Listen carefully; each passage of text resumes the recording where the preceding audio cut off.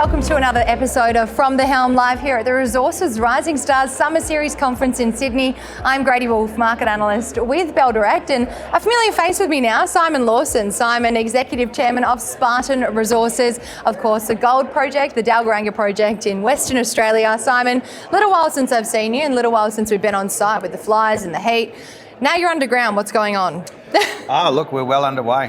We've obviously been working away feverishly since the last time we caught up, anywhere between 3 and 4 rigs on site at any one time. Wow. Making more discoveries. Yeah, so talking about that, you've just upgraded the resource at the Dalgaranga Gold Project. What's the significance of the update in terms of grades and endowment on your new key underground deposits? Look, I think it's very significant.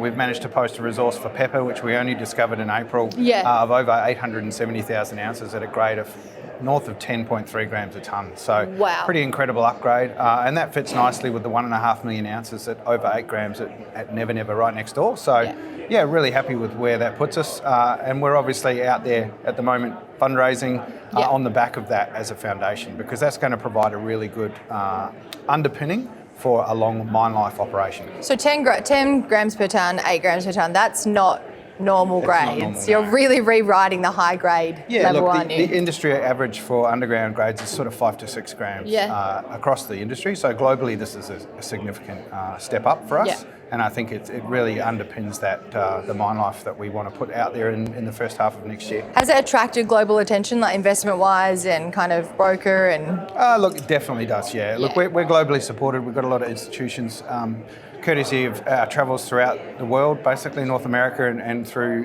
Europe. We've got a lot of support from institutions there, but also locally as well. So we are an Australian business and we like to have that Australian support. So yeah, very well supported. We like claiming you as Australian, and we always will. Now, talking about all the new discoveries you've had, you have Pepper in April, Freak recently, another gin name. Yes, yeah. We love the gin theme. Another Never Never gin. So now tell us how that forms part of the portfolio there at Dalgaranga. Yeah, look, we just tested a position. Basically, we just decided, look, we found Pepper right next to Never Never, about 110 metres away.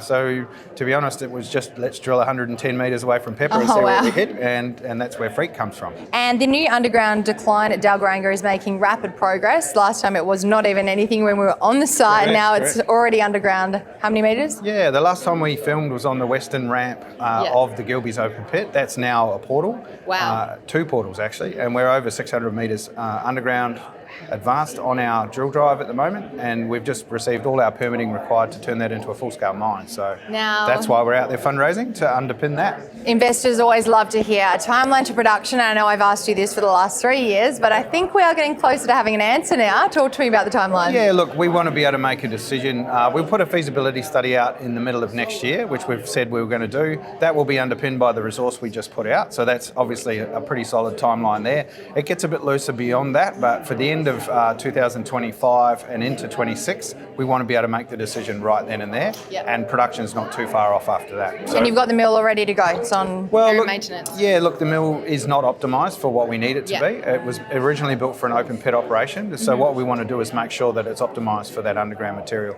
We put our met test work out the other day, a couple of weeks ago actually, which shows that we can recover over 92%. And that's just with a regular grind size. We need to put in a ball mill. I've been saying that for a while, and we're out there fundraising at the moment to pay for that as well. So we are on a rapid path. You're doing pretty well. M&A is massive in the gold space right now. Northern Star to grey this week. How does Spartan play into this, or are you just kind of focusing on ramping up? Look, we're focused on doing our own thing. We're excited to see M&A like everybody else is. We obviously have a major shareholder in Ramelius Resources right next door to us. They probably have designs in possibly taking us over at some stage, but we're certainly running our own race at this stage, and Ramelius is supportive. So that's what we're focused on, plan A. You can't plan for what's going to happen in the future, right? On that front, in a way. 2025, what's in store for Spartan? Oh, look, lots more drilling. Get underground, get all that development in, start putting stockpile high-grade material on our ROM pad, which is a really significant step for us, because high-grade stockpiles, you can run debt finance against that, which means if we do have a debt gap or a funding gap between where we land with this raising and where we need to be in terms of production on a cash flow producing basis, we'll have that stockpile there. You've got the inventory, yeah. Yeah, and people, there's not a debt provider on this planet who won't lend against a high-grade stockpile. Yeah, you see the gold, you want the gold, you've got the gold. Correct. So that's really what we want to hear. A good advantage, yeah. Absolutely. Well, Simon Lawson with Spartan Resources. I hope you enjoyed that episode of From the Helm like I did filming it. If you did, be sure to subscribe to our YouTube channel to stay up to date with all insights, commentary, and of course, exclusive CEO interviews like the one we just did.